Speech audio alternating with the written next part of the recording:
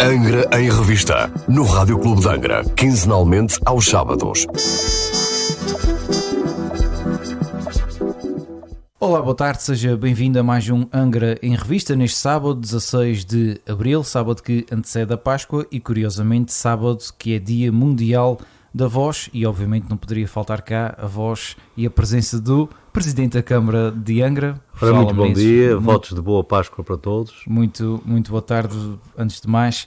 Presidente, hoje começaria exatamente por rondar aqui este tema da Páscoa e falar sobre obras que estão relacionadas.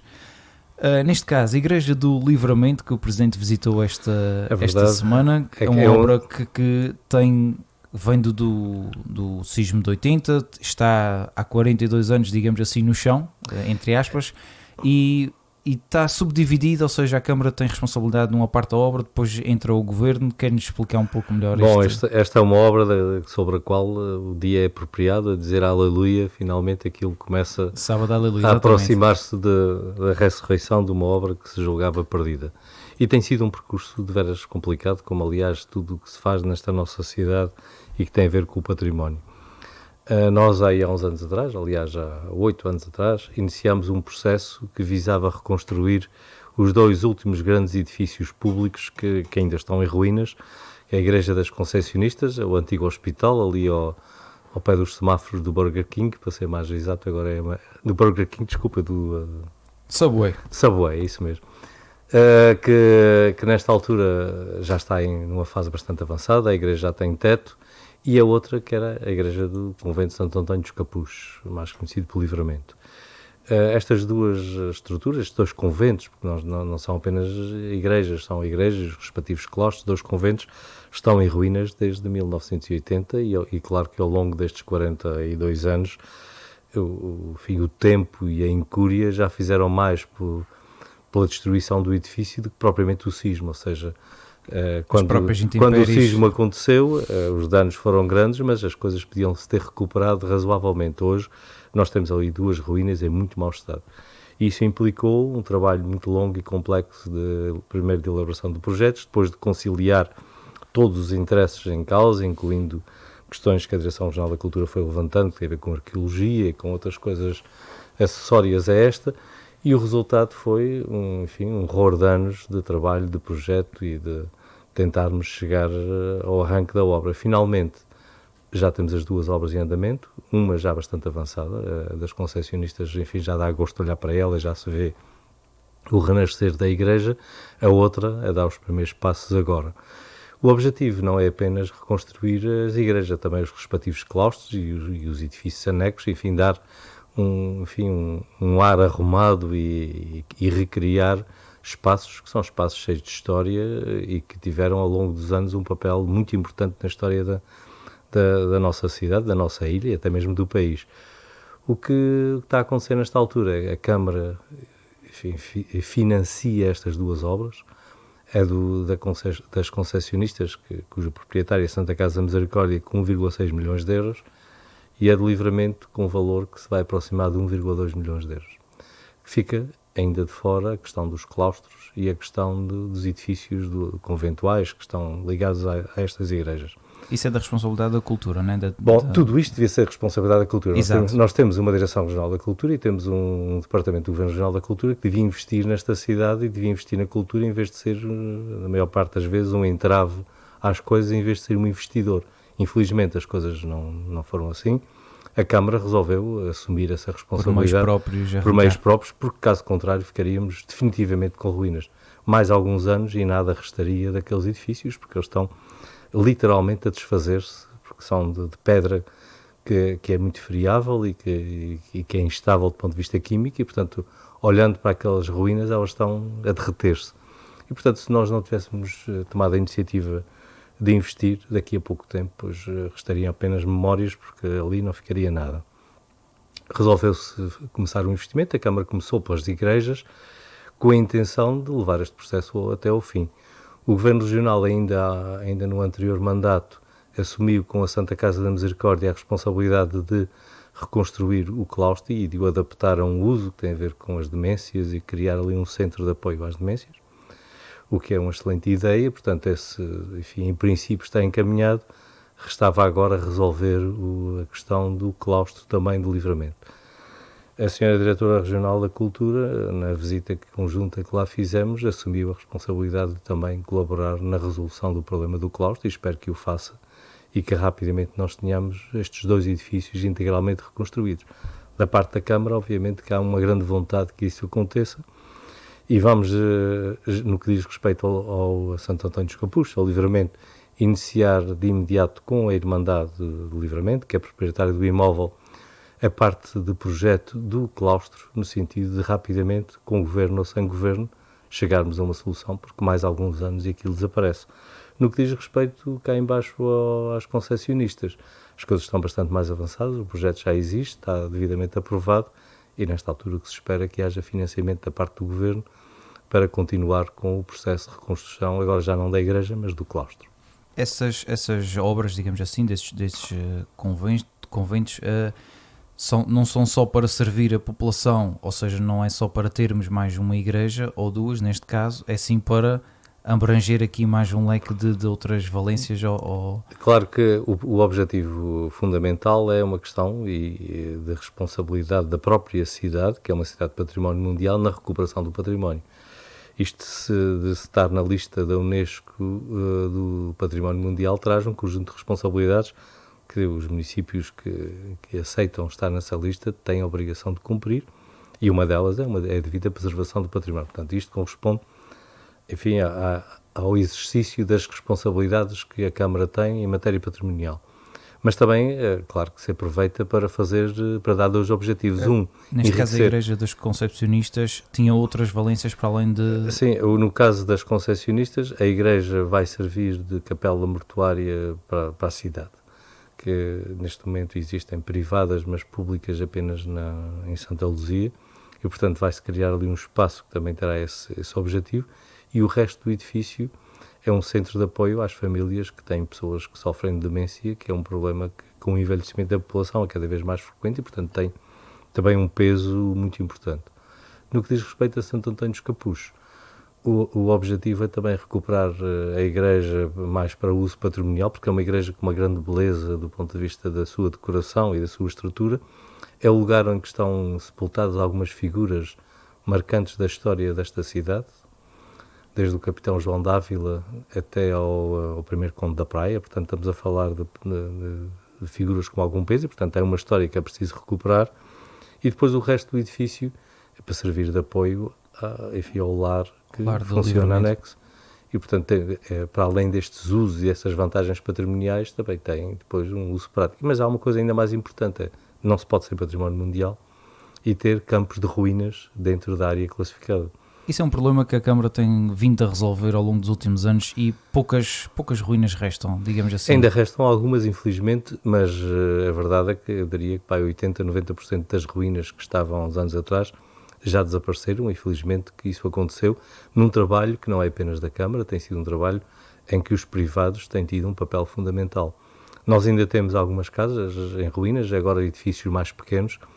Aqui na zona dos Quatro Cantos ainda há ali um conjunto de imóveis que estão arruinados, alguns deles abandonados, mas grandes estruturas de valor histórico estamos praticamente com as coisas recuperadas. Faltam agora estruturas que já não têm valor histórico, mas que são marcantes na paisagem da cidade, que é o caso dos silos ali ao lado do McDonald's, ou a antiga fábrica de laticínios, ou, o que é ainda mais importante, o antigo hospital que está ali ao abandono. E também para estes, todos isto são propriedades privadas, e grandes estruturas com grandes espaços que envolvem também alguns milhões, certamente. E estruturas com preços muito elevados. Esperemos que seja possível encontrar com os respectivos proprietários soluções. Em alguns casos as coisas têm tido avanços e recuos. Também a verdade é que estes últimos anos não têm sido muito favoráveis ao investimento da parte privada. Exatamente, e numa área que é importante, que tem a ver com o turismo, que era um dos objetivos centrais de algumas destas estruturas, mas tínhamos esperança que as coisas se vão resolvendo no sentido destas ruínas também serem, dado-lhe um uso qualquer, ou então demolidas. Claro que as outras de natureza histórica não devem ser demolidas, devem ser recuperadas, mas nessa matéria creio que estamos se nós levarmos a bom termo estes 2 projetos que agora estão em curso, ficaremos com o essencial das estruturas históricas da cidade devidamente recuperado. Presidente, descendo dos Capuz e da Guarita até o Porto Pipas, nos últimos dias tem-se falado algumas vezes sobre achados arqueológicos no Porto Pipas. A Câmara Municipal certamente deve ter conhecimento nesta matéria. A obra esteve efetivamente interrompida porque, ao que parece, foi encontrado um naufrágio mais antigo. O Presidente pode esclarecer os nossos ouvintes a obra no seu todo, felizmente, que não esteve interrompida. Ela tem várias frentes, portanto, algumas das frentes prosseguiram. A parte do prolongamento do cais, essa sim, tem tido aqui algumas interrupções, alguns atrasos devido a terem sido encontrados alguns objetos. Isto é inevitável, ou seja, uma baía que tem a história que tem a Baía de Angra, necessariamente tem muitas coisas lá no fundo, claro. Umas com valor, outras nem tanto, umas que se conhecem, outras que se desconhecem, e portanto, naturalmente... Recuando aqui há alguns anos, é de recordar que quando se fez a Marina também foi exatamente a mesma coisa. E quando se fizer outras obras, Angra precisa de um porto. E terá que ter um porto. Exatamente. É uma questão de futuro. Nós estamos agora a fazer este investimento, ou melhor, está o Governo a fazer este investimento ali no prolongamento do Porto Pipas. Mas isto é uma primeira fase de um processo que tem que continuar. Angra necessariamente tem que ter um porto capaz. Aliás, a falta de um porto ao longo do século XIX e do século XX foi um dos principais entraves à economia desta cidade. Portanto, nós temos que quebrar esse impasse. E esse processo terá que continuar e, necessariamente, cada vez que se fizer um investimento na Baía, pois terá que se fazer o trabalho da arqueologia devido, mas também é preciso não cair em encantamentos, ou seja, naufrágios já em todos os portos, naufrágios já em todas as costas em que houve história e que houve navegação, alguns com interesse, outros nem tanto, mas é uma questão que fica ao cargo do especialista, mas o importante mesmo é nós não pensarmos que isto é uma coisa excepcional. Não está lá nenhum tesouro para a gente enriquecer a cidade. Seria bom que encontrássemos lá um tesouro, mas não me parece que as coisas apontem nesse sentido. Vamos encontrar com certeza algumas coisas com interesse para o conhecimento do passado, mas apenas isso. Claro, a Direção Regional da Cultura também já deu o seu parecer, estão a avaliar as peças, certamente que teremos mais para dizer em próximos. O que interessa mesmo programas. É que a obra prossiga e que esta peripécia não traga maiores custos e maiores atrasos. Estamos a falar de um investimento de muitos milhões, que não pode ser atrasado, e estamos a falar de um investimento que é de importância fundamental para o desenvolvimento da cidade. Falando da obra em si, ela segue aparentemente a bom ritmo, porque já se vê trabalho feito, portanto, e temos que considerar sempre que é uma obra que está sujeita a mau tempo, ao estado do mar, e isso condiciona certamente uma obra como a do Porto Pipas. De qualquer forma, já se vê trabalho feito. Sim, já se vê trabalho feito. O nosso desejo é que se veja o trabalho todo feito, e é isso que é o objetivo, que este investimento se concretize, e se concretize rapidamente, e sem maiores custos para todos nós. Presidente, passando do Porto Pipas para os campos de futebol, a Câmara Municipal adquiriu uma máquina que faz tipo escova nos sintéticos de manutenção. Este é um investimento que vem fazer perdurar um pouco mais os nossos sintéticos. E vem-nos dar aqui também alguma autonomia em relação ao exterior.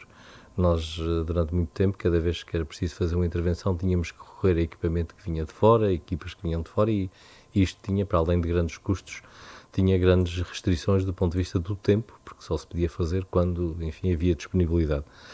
Com isto, nós ficamos numa situação em que podemos, em relação não apenas ao Conselho de Angra, foi feito um acordo no sentido de se resolver o assunto de 3 concelhos, os 2 da Terceira e ainda a Graciosa, e portanto ficamos com a possibilidade de garantir uma boa manutenção dos grandes investimentos que foram feitos nesta matéria, não esquecendo que a Câmara de Angra neste ano está a inaugurar ou reinaugurar 2 campos que ficaram totalmente novos, um na Ribeirinha e outro em São Mateus, que se vem juntar a um outro que no ano passado também ficou novo no Porto Judeu.